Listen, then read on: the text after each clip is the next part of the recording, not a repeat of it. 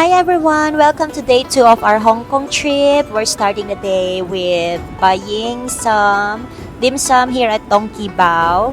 So that's my brother, Lau. Yung nasa likod, hindi ko kilala, but those are my sisters, Ate Mai and Jack. They're buying some buns. Look at that food. Ang sarap. Parang gusto kong bilhin lahat. But alas, I bought a custard bun and some siomai. That's the pork and shrimp siomai, and it changed my taste for dim sum forever. Ang sarap nun, grabe. Meanwhile, going through the station, I saw that cat-faced bread and it just looks so cute. And on the way, puro pagkain ang nakikita ko. So, hindi naman halatang gutom ako masyado. So, we're here at the Tung Chung Station. And this is the nearest station to the Ngongping cable car. We're taking the cable car to Ngongping and Polin Monastery. So, we're figuring out which way to go because this city is so big. And I believe this is the city gate. And nandyan yung cable car ride. So, it's around 10 minutes past 10 when we arrived here. And hindi pa rin ako makamove on sa siomai. Because I only bought one order. So, pagkakain ko ng isa, I was so surprised na sobrang sarap niya. Actually, nung pag-open ko nung plastic, sabi ko, hala, nakalimutan kong humingi ng condiments. And it was just across the street. So, sabi nung kapatid ko, ayan o, balik ka, hingi ka. Pero, ewan ko, tinamat ako, sabi ko, wag na lang. So, I ate one without condiments. And my gosh, it's so sarap that I put the 3 others to each of their mouth. And ang sarap talaga. So, don't blame me if I cannot eat siomai unless it's from Dong Ki Bao din for the rest of my life. Emerald. Pero ang sarap talaga, promise. Actually, binalikan ko pa siya the following day at bumili ako ng 2 order. Ganon siya kasarap. Anyway, back on present moment. So, this is us going to the cable car. So, meanwhile, I'm again savoring the moment. This peaceful morning na usually, way back home, nagmamadali ka, you don't actually enjoy the scenery. Samantalang ito, napansin ko pa na may swimming pool doon. Actually, it's not weird. It's just that the weather is so cold and seeing a swimming pool on a cold morning was, anyway, we bought the tickets via Klook.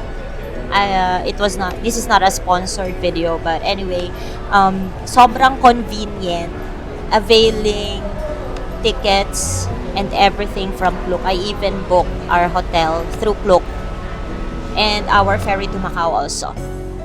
So, here's us queuing for our ride. We opted for the standard car kasi medyo kabado kami if we're gonna ride the crystal one kasi it's gonna be a see-through everything. So, alam nyo na yung mga auntie nyo, kabado na sa life.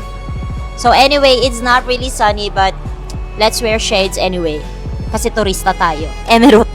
So, para hindi halata, nagmamarites tayo. Diba? Sino pa itong mga kasabay natin? Hello po sa inyong lahat. Good morning. So, finally, it's our turn to ride the car. Each standard car holds 8 packs. So, before we plan to, sit 2 on each side. Pero, hindi rin nangyari. But, anyway, here we go. So, this is the view. Obviously, umulan early in the morning because the cars are wet with raindrops. But it's so nice. So, marirealize mo na nagising ka sa ibang bansa But this is a very different place. But also it's so calming and relaxing. And don't get me wrong, nothing beats home. Home is still my happiest place, but I enjoy this moment so much. It's actually a cloudy, gloomy morning. And it's cold, but I kind of filter the video para mas maganda. Actually, ganyan naman talaga siya. Makikita nyo siya na ganyan. But, you know, not all videos capture color. So, I want it a little brighter. And don't mind our hairs because of the weather nga. Mamaya na kami magsusuklay. Hey, look at that. Siguro the experience with the crystal cable car is better.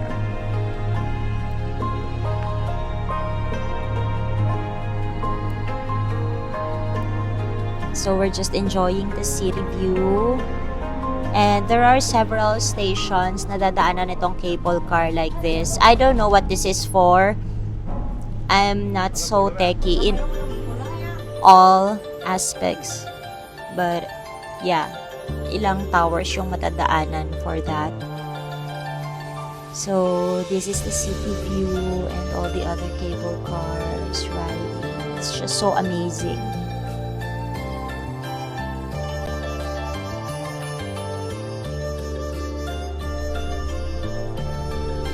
So along the way, you'll just see the mountain range, the fog, and yung mga dumarating na cable car pabalik.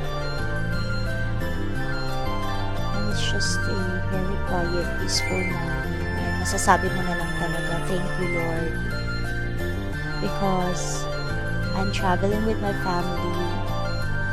This is for leisure, not for work, unlike my previous out of the country.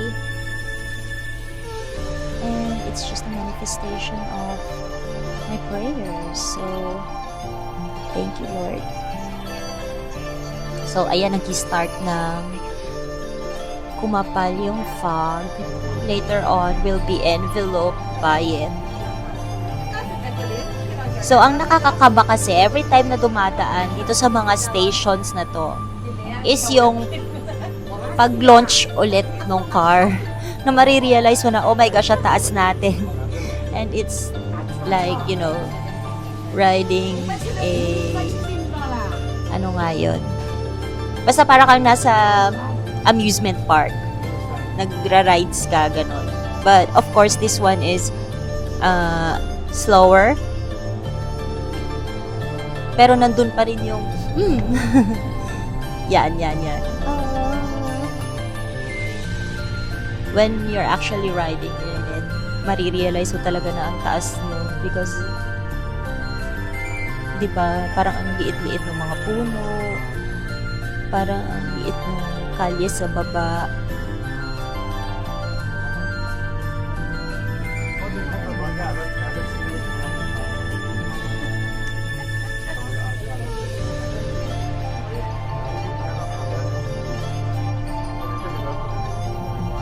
So we'll only be here at Ngongping for half a day since after lunch, pagbalik namin from Ngongping, Ate and I are going to Disney and my sister Jack and her hubby will be going to Ocean Park. It was supposedly the previous day, pero ayun nga, delay yung flight namin and we are left with very few time if we ever pursue the parks. So, ngayon na lang.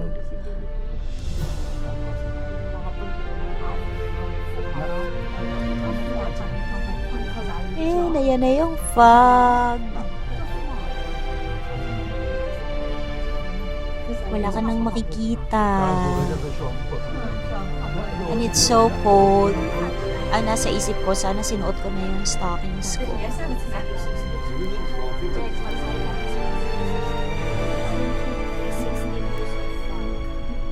Yes, the fog is also seeping inside the car. Tapos biglang may darating na cable car doon.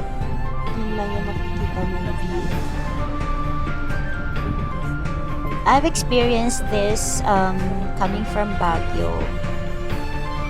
And ang tagal nung ganito na zero visibility of fogs. And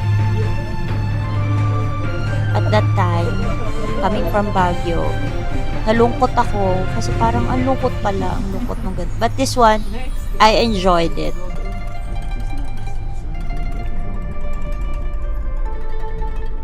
Maybe because kasama ko yung mga kapatid ko, so it's much more enjoyable and hindi nakakalungkot and hindi nakakatakot na wala kaming makita except fogs. Ayun, may bahay na. Bigyan ka ng tulong, bigyan ka ng tulong. Nasaan ang bahay, Jay? Mas malinaw ang mata niya. I think she has a 20/20 vision pa rin. And we've now reached the Ngongping station. So half of this... Pupunta ba tayo doon? Bababa muna tayo dito sa explore. Dito tapo. Pero karating tayo doon? Depende. Yung sabihin, isa na yung end. Kabalik na tayo. May pagkain ba dito? O, di ba pagkain pa rin ang hanap ko? Oo, sabi sa'yo eh. Mungki yun eh. Sabi sa'yo hindi nakakumot eh. Kasi yung mga nakita namin mo from the Tumchung station, akala namin maybe they're just using a blankie because it's cold. But anyway, again, half of this video was the cable car ride. So here, upon arrival, souvenir shops agad. There are so many plushies and cute things and pandas. Pero first day pa lang nabudol na ako sa ladies market. So, I'm trying to rein my horses. But they are so cute. Pero so far din ang price. See those pandas. And akala ko kung ano yung pinagkakaguluhan nila dito. Yung kapatid ko lang pala. Char, they're waiting for their turn to be able to take a photo. Sama kami. May cafe dyan oh. So this is the Ngongping Village. Naghahanap na kami ng kape. Kasi ang lamig. I need something hot. Ôm một cái là ôm hết nhiều quá. And surprise, $45 ang kape. At saka sunod na siya, $55 na siya. But anyway, we had our lunch. We had chow pan, spring rolls, I think the other is gyoza. And after that, ready na kami mag-explore. There's some love locks. Che, wala yung love life ko. So, hindi kita papansin. Charot! Anyway, there's lots of souvenir shops. At tuluyan na nga nabudol ang ano. Souvenir shop, baka mas magaganda yung souvenir. Ayan. Kasi ang gaganda naman talaga. And even way back home, pag napupunta ako ng Chinatown, I really wish to buy some of the things there. So, eventually, I bought a charm for Mama. And ano ba yun? Parang pang-display na Year of the Ox for me and Year of the Goat for ate. Ang dami pang maganda, guys. But, wala pa naman akong paglalagyan. Maybe pag bumalik kami dito, I will, buy some more just for display. I'm not Buddhist, I'm Catholic, but look at these pieces. They're work of the art. Pero nung nakita ko na naka-box siya at ikaw ang magbubuo, parang nanghina ako. Hindi ko alam kung kaya ko siyang buuin. But they're so beautiful. Ayan, yan yung pinili ko. Because it's so cute.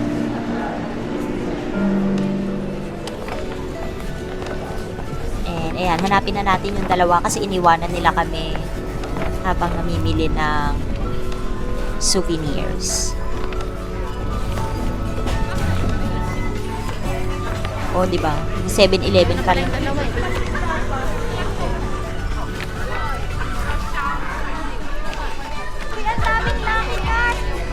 Hey, that's my favorite thing about everything Oriental. The Lucky Cat.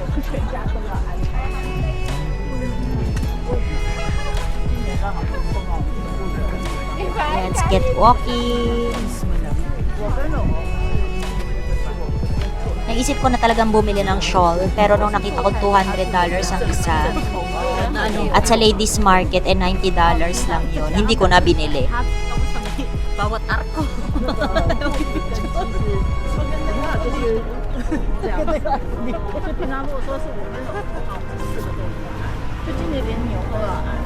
Sa ating Claudia na year of the ano?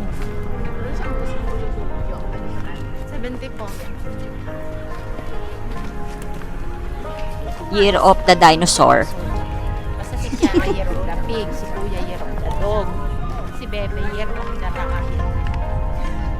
Rabbit na ba si Bebe? 1974 is Year of the Dinosaur.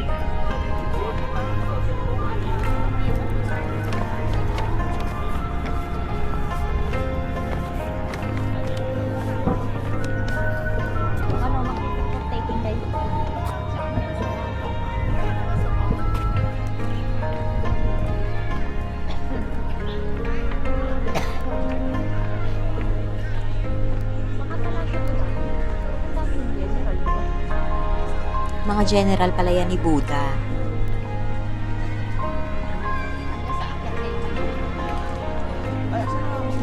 Ayan o. Abaw, tingnan mo ang iste. Tignan mo kayo ng step si Buddha. Sabi namin, oh. Abaw! Abaw!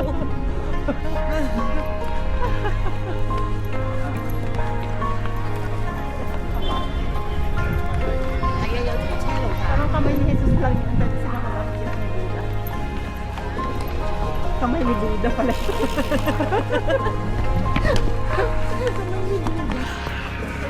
Ay siya.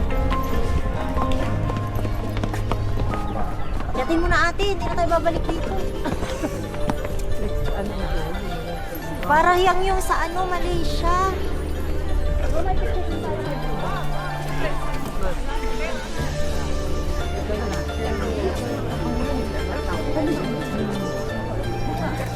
So behave lang kasi some of the visitors here are praying.